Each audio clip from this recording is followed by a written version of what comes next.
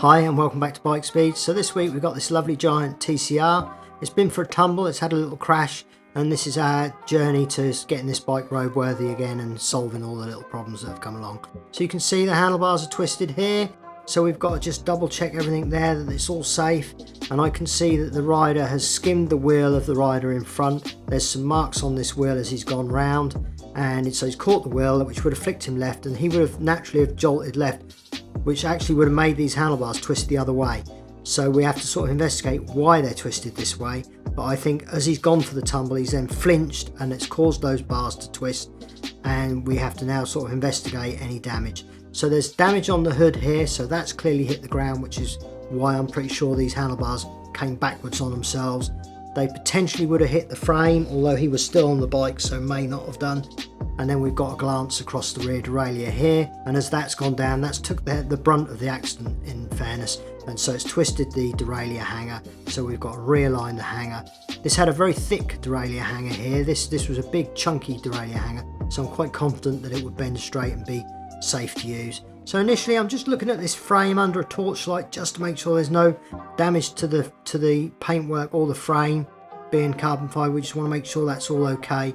And I'm pretty confident that this actually, the handlebars never got back as far as the frame. I think it was down to the rider still being on the bike that they did twist, but everything was okay. So now I'm just checking, and I can feel that stem is still very tight on the steerer tube.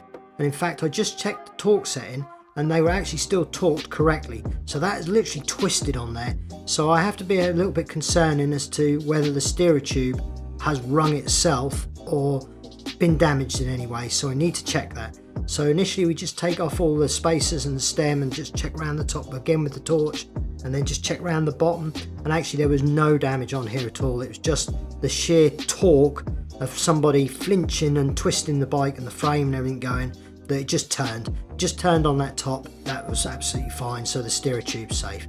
Front wheel was buckled. Now we can't really say whether that was through or because of the accident, but we're just going to check it anyway. So what we do, we use the park tool there to measure the spokes for the tensions and then adjust the wheel through, and then we recheck the tensions on all the wheel throughout and just make sure everything is absolutely spot on, that the wheel is true and the measurements are correct. We'll put a little graph up that we create so that we know that wheel is perfect. Now the other thing was, obviously this rider, it's took him, I don't know how long, 5-6 months maybe, from injury to the day when he's brought the bike into us. So we're just going to top up the sealant in the tyres. They're tubeless tyres, replace this valve core as well because it was bent, so it would be a little bit harder for him to pump up with a bent valve core. So new sealant in there, slosh it around a bit, then I know that when he goes out riding he's got the correct amount of sealant in his tyres and everything's good. And then you can see here, we can see this scuffing. This was from the accident, so we're going to clean that off. It wasn't too deep. I'm pretty confident that would come off just with our resin polish, which also cleans to a certain degree. So we just resin polish around this wheel, and as you can see there, the marks completely went. Next up, this brake, you can see it's just as you release it, catching on the casing there. It's just not quite releasing smooth as it should. You can see there, just flicking, and that's from this damage on the hood here. It has actually scuffed it away, but that's an expensive part. You would have to redo all the brakes and the gearing and everything. So I've heated that up with a heat gun, softened it up a little bit, drew it out, and as you can see there, it then works absolutely perfectly, flicks back exactly as it should. So that's a little scuff.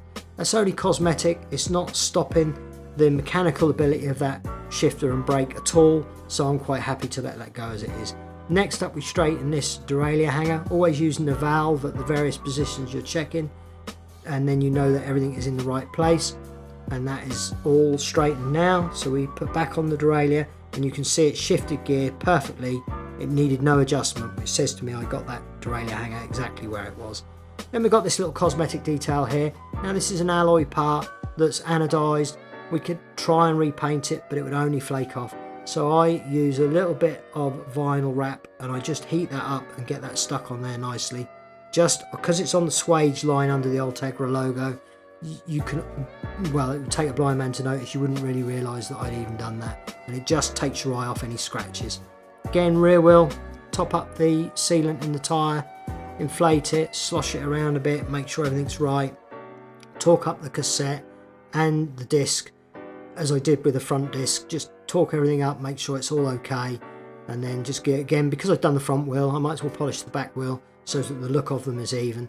And then I just washed down the frame with I'm just using a damp microfiber towel here because this bike was spotless already, but this gives me a tactile time to look over the bike, check every single tubing on the bike to make sure that everything is undamaged and that it's absolutely safe to ride, which I'm 100% positive that this bike was, the frame itself was completely undamaged by the fall that this rider took. And next up, we just torque everything up, make sure everything's correct, and I'd like to wish the rider a speedy recovery. I know that he is recovered, but he's now gearing up towards going back on the bike, so I wish him well with that. We all learn lessons along the way, and we can all expect this from time to time with the cycling, but I'm pleased that he's now ready to ride again. So we just check everything through and we're all done on this bike and it's ready to ride again. So thanks for watching, and we'll see you again next week.